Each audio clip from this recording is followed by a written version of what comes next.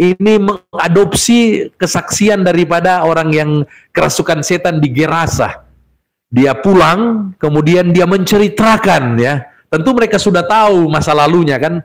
Kemudian dia menceritakan bagaimana dia mengalami penderitaan, mungkin dia hampir mengalami kematian, dia tinggal di kuburan, dia hidup di bawah dalam kegelapan, tapi ketika dia berjumpa dengan Yesus, Yesus menolong dia, Yesus mengasihi dia, sehingga dia akhirnya menjadi waras, dia menjadi seperti yang mereka lihat.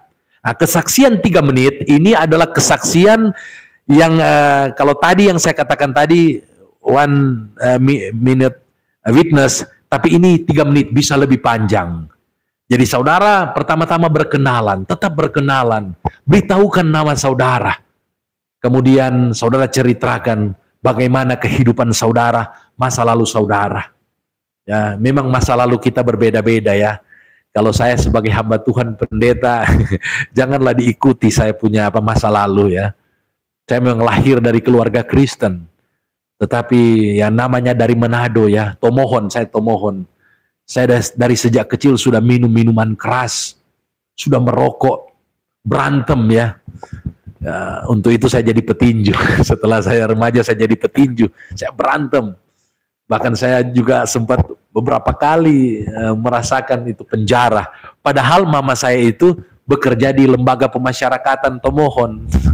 Dia yang membina orang-orang yang masuk penjara Tomohon gitu. Tapi akhirnya saya masuk penjara juga di kantor polisi. Ya, nah, kita bisa bagikan bagaimana kehidupan kita di luar Yesus. Ceritakan kepada mereka. Jangan kita malu menceritakan masa lalu kita. Dan ceritakan kepada mereka bagaimana saatnya ketika saudara bertemu dengan Yesus. Bagaimana saudara mendengarkan Injil, bagaimana saudara mendengarkan firman Allah. Dan ketika saudara mendengarkan firman Allah, saudara percaya kepada Yesus, ingat, Yesus yang telah mati, Yesus yang telah menanggung dosa-dosa saudara, Yesus yang telah bangkit, yang naik ke sorga, itulah Yesus yang saudara percayai. Itulah Yesus yang menyelamatkan. Saudara ceritakan itu kepada mereka. Dan akhirnya Tuhan mengubahkan kehidupan saya. Itu yang sering saya lakukan. Ingat ya, sudah ribuan kali. Saya dulu mencatat sampai 4.000. Setelah sudah 4.000 saya tidak catat lagi. Karena apa? Karena saya sudah menjadikan itu seperti gaya hidup. Dimanapun saya berada, saya bersaksi. Ada metode apapun, saya bersaksi. Saya memberitakan Injil.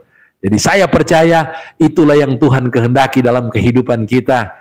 Secara khusus